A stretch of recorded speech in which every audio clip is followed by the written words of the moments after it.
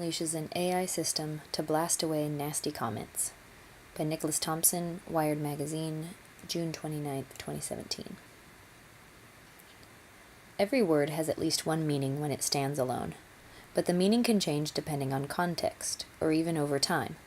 A sentence full of neutral words can be hostile. Only whites should have rights.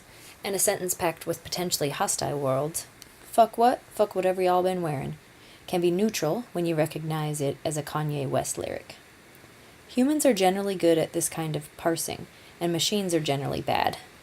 Last June, however, Facebook announced that it had built a text classification engine to help machines interpret words in context. The system, called Deep Text, is based on recent advances in artificial intelligence and a concept called word embeddings, which means it is designed to mimic the way language works in our brains. When the system encounters a new word, it does what we do and tries to deduce meaning from all the other words around it. White, for instance, means something completely different when it's near the words snow, socks, house, or power. Deep text is designed to operate the way a human thinks, and to improve over time, like a human, too. Deep Text was built as an in-house tool that would let Facebook engineers quickly sort through mass amounts of text, creating classification rules, and then build products to help users. If you're on Facebook griping about the white socks, the system should quickly figure out that you're talking about baseball, which at a deeper level it should already know is a sport. If you're talking about the White House, you might want to read the news. If you use the word white near snow, you might want to buy boots, unless you also use the word seven and dwarves. If you're talking about white power, maybe you shouldn't be on the platform. Getting access to deep text, as Facebook explains it, is akin to getting a lesson in spearfishing, and a really good spear. When the developers wade out into the river, then the developers wade out into the river. Almost immediately after learning about deep text, executives at Instagram, which Facebook acquired in 2012, saw an opportunity to combat one of those scourges of its platform: spam. People come to Instagram for the photographs, but they often leave because of the layers of malarkey underneath, where bots, and sometimes humans too, pitch products, ask for follows, or just endlessly repeat the word suck. Instagram's first step was to hire a team of men and women to sort through comments on the platform and to classify them as spam or not spam. This kind of job, which is roughly the social media equivalent of being asked to dive onto a grenade, is common in the technology industry. Humans train machines to perform monotonous or even demoralizing tasks, which means the machines will ultimately do better. If the humans do the job well, they lose the work. In the meantime, however, everyone else's feed gets saved. After the contractors had sorted through massive piles of bilge, buffoonery, and low-grade extortion, 4/5 of the data was fed into deep text. Then Instagram's engineers worked to create algorithms to try to classify spam correctly. The system analyzed the semantics of each sentence and also took the source into account.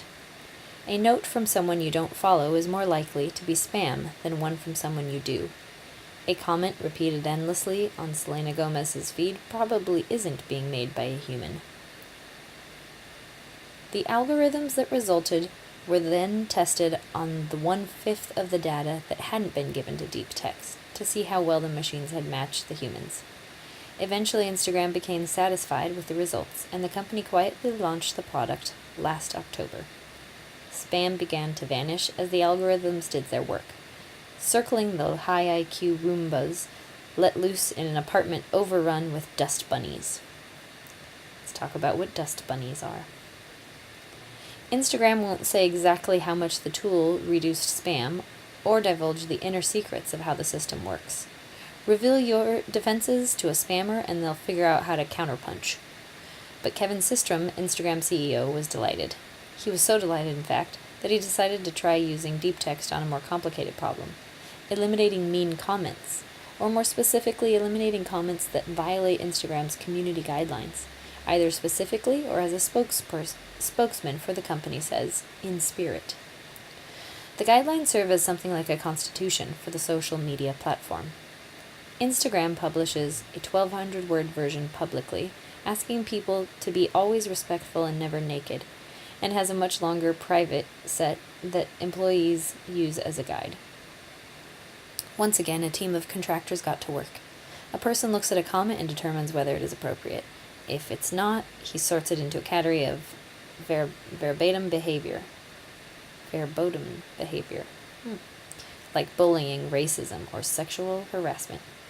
The raters of all of whom are at least bilingual, have analyzed roughly 2 million comments, and each comment has been rated at least twice.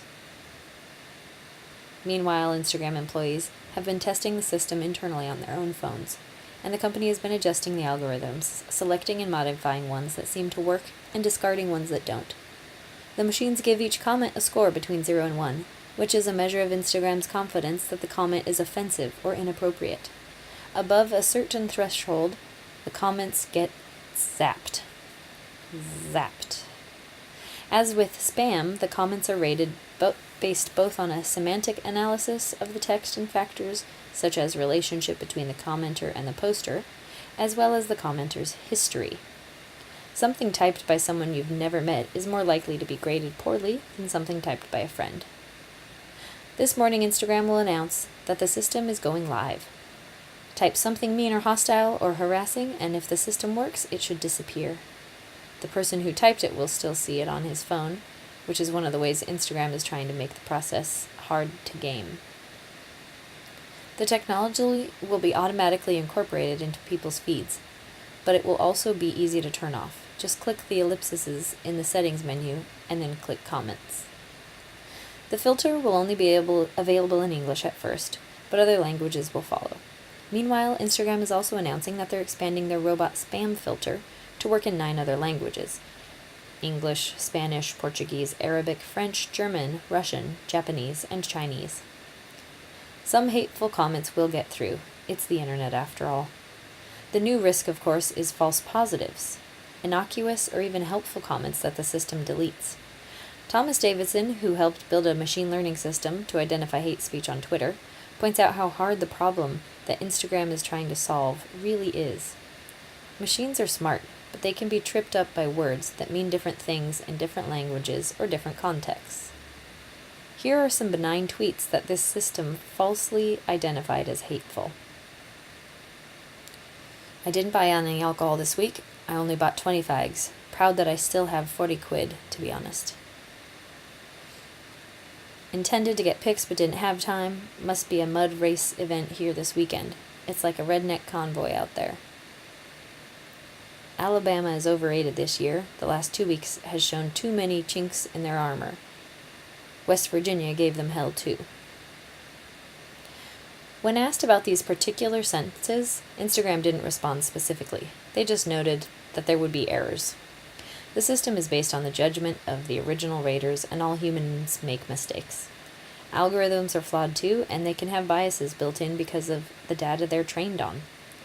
Furthermore, the system is built to be wrong 1% of the time, which also isn't 0.